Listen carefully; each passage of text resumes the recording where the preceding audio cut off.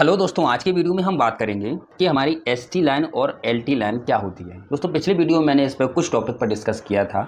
उस वीडियो में कुछ चीज़ें हमसे मिस हो गई थी, तो उन चीज़ों को हम इस वीडियो में कवर करेंगे। तो दोस्तों बनी रहिए इस वीडियो में लास्ट तक। वीडियो पसंद आए वीडियो को लाइक करना, चैनल को सब्सक्राइब करना। ये वीडियो बहुत ही इन्फॉर्मेटिव और बहुत ही इंटरेस्टिंग होने वाली है, तो दोस्तों वीडियो को पूरा देखना। दोस्तों, एसटी लाइन और एलटी लाइन क्या है, जैसे कि मैंने पिछली वीडियो में डिस्कस किया था। एच का मतलब होता है हाई, टी का मतलब होता है टेंशन।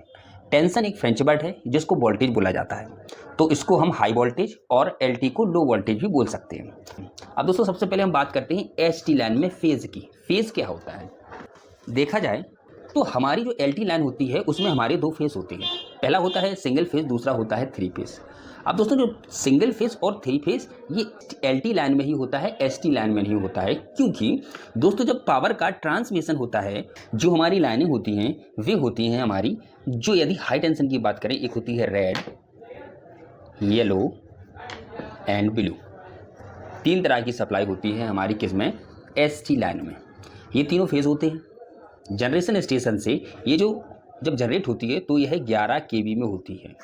इसको हम स्टेप अप करके ट्रांसमिट करके एक जगह से दूसरी जगह तक लेकर आते हैं। और जो हमारा एलटी लाइन होती है उसमें हमारी तीनों सप्लाई होती हैं, हमारी रेड, येलो और ब्लू।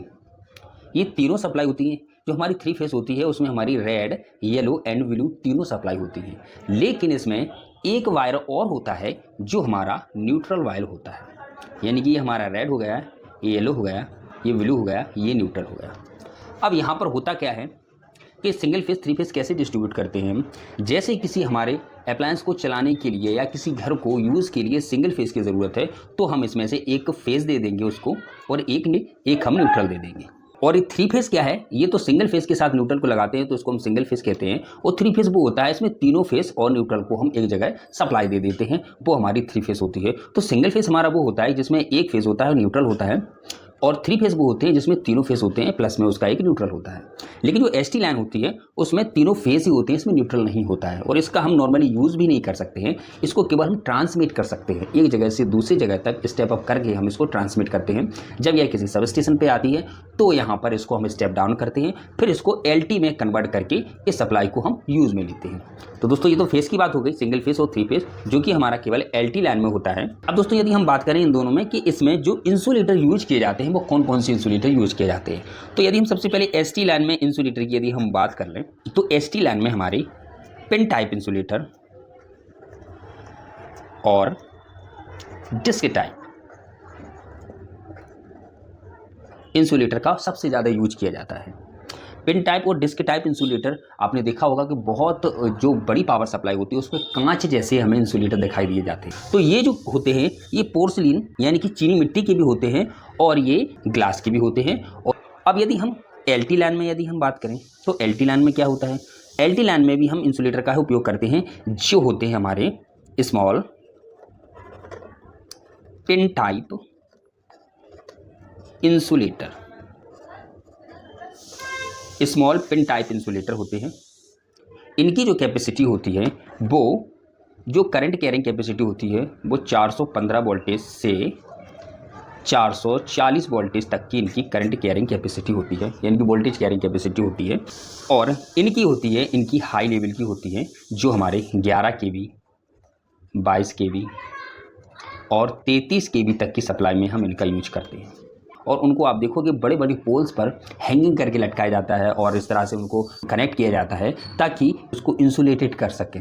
इंसुलेटर पर दोस्तों हम एक सेपरेट वीडियो बनाएंगे जिस पे हम इंसुलेटर क्या होता है, कैसे काम करते हैं, टाइप्स ऑफ इंसुलेटर, सारी चीज़ों पर डिस्कस करेंगे कि इंसुलेटर एक्चुअल में होता क्या है। अभी थोड़ा थोड़ा हम इसको समझ लें तो इंसुलेटर दो ही तरह के हम इसमें उपयोग करते हैं। एक पिन टाइप और डिस्क टाइप का उपयोग करते हैं एसटी लाइन में, और एलटी लाइन में स्मॉल पिन टाइप इंसुलेटर का उपयोग करते हैं। अब दोस्तों हम बात कर लेते हैं कंडक्टर की। जो कंडक्टर होते हैं हमारे वो हम यदि एसटी लाइन की बात करें तो एसटी लाइन में हम rabbit,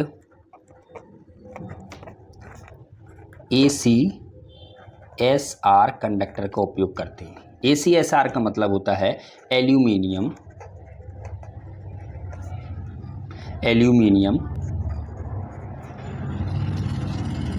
conductor still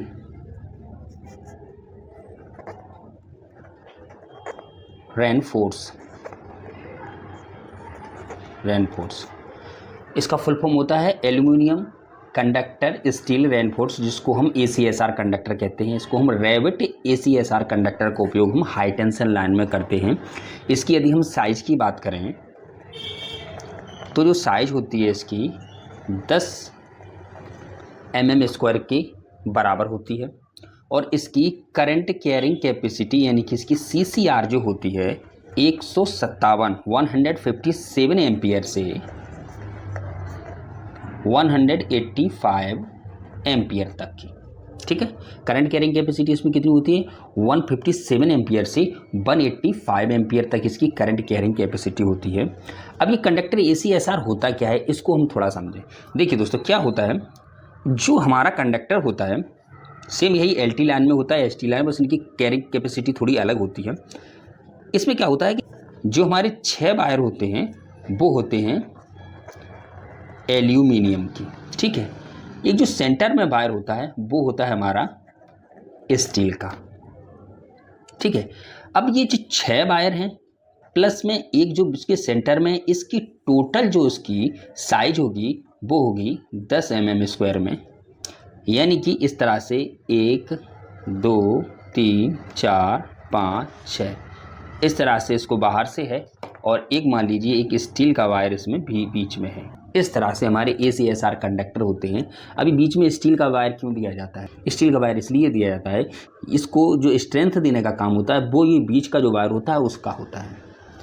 but current carrying capacity जो होती है वो एल्युमिनियम की अच्छी होती है, इसलिए एल्युमिनियम के 6 वायर के बीच में हम एक स्टील का वायर लगाते हैं जिसे हम ACSR कंडक्टर कहते हैं। सेम ऐसी ही संरचना का जो वायर होता है वो हम LT लाइन में भी यूज करते हैं। अब जो LT लाइन में यूज करते हैं वो हमारा जो वायर होता है वो होता है हमारा squirrel ACSR conductor, squirrel ACSR conductor. यदि इसकी हम साइज की बात करें तो इसकी जो साइज होती है वो होती है 6.33 mm², ठीक है। और इसकी जो CCR यानी कि करंट कैरिंग कैपेसिटी जो होती है वो होती है 89 एम्पियर टू 109 एम्पियर तक, ठीक है। यानी कि 89 एम्पियर से 109 एम्पियर तक की इनकी करंट कैरिंग कैपेसिटी होती है। सेम ऐसा ही होता है, बस इसकी साइज कम होती है। तो साइज कम होने की वजह से इसकी जो साइज है, इन सब की जो साइज होती है वो ST लाइन में हमारा 10 mm² होती है और हमारी ST लाइन में 6.33 mm² होती है, ठीक है। तो इस तरह के हम 2 कंडक्टर का इसमें उपयोग करते हैं। ट्रांसमिशन पर जब हम वीडियो बनाएंगे तो कंडक्टर पर भी एक सेपरेट वीडियो बनाएंगे जिसमें कंडक्टर पर हम डिस्कस करेंगे। ST लाइन होती है उसमें हमारे 3 वायर होते हैं और जो LT लाइन होती है उसमें हमारे 4 वायर होते हैं। ऐसा क्यों होता है? क्योंकि दोस्तों जब जो ST लाइन होती है उसका कनेक्शन डेल्टा में होता है और जो LT लाइन होती है उसका जो आउटपुट निकलता है वो स्टार में निकलता है। जैसे अब दोस्तों यहाँ हम समझते हैं कि स्टार और डेल्टा कनेक्शन होते क्या है। स्टार कनेक्शन ऐसा होता है जो हम LT लाइन में यूज करते हैं, मतलब जो आउटपुट निकलता है वो हमारे स्टार कनेक्शन में निकलता है। इसका यहाँ पर ये हमारा रेड हो गया, ये येलो है, ये ब्लू है। इन तीनों के वायर के साथ में एक जगह हम जंक्शन करके यहाँ से हम न्यूट्रल निकालते हैं, इसलिए यहाँ पे 4 वायर निकलते हैं हमारे। और दोस्तों जो ST कनेक्शन होता है वो डेल्टा में होता है। तो डेल्टा में हम यहाँ से इसको इस तरह से डेल्टा के आकार में इसको बनाते हैं। इसकी जो वाइंडिंग होती है अंदर की वो डेल्टा के आकार में होती है। यहाँ से हमें एक रेड, एक येलो और एक ब्लू, ये तीनों वायर निकलते हैं। यहाँ पर न्यूट्रल नहीं निकलता है, इसलिए जो ST लाइन होती है उसमें 3 वायर होते हैं और जो LT लाइन होती है इसमें 4 वायर होते हैं। क्योंकि यहाँ पर इसको ट्रांसमिट करने के लिए स्टेप अप करके हम इसको एक जगह से दूसरी जगह तक ट्रांसमिट करते हैं। यहाँ पर 3 ही वायर जो है रन करते हैं और जब ये हम किसी सब स्टेशन पर लेके आते हैं तो ये LT में कन्वर्ट करते हैं। जब हम LT में करते हैं तो उसको स्टार से डेल्टा में कन्वर्ट करते हैं और यहाँ पर हमें 3 वायर के साथ एक चौथा वायर निकलता है। ये जो तीनों फेज़ होते हैं यानी कि 3 फेज़ होते हैं। एक जो होता है हमारा, एक हमारा न्यूट्रल होता है, एक हमारा न्यूट्रल होता है। तो 3 फेज़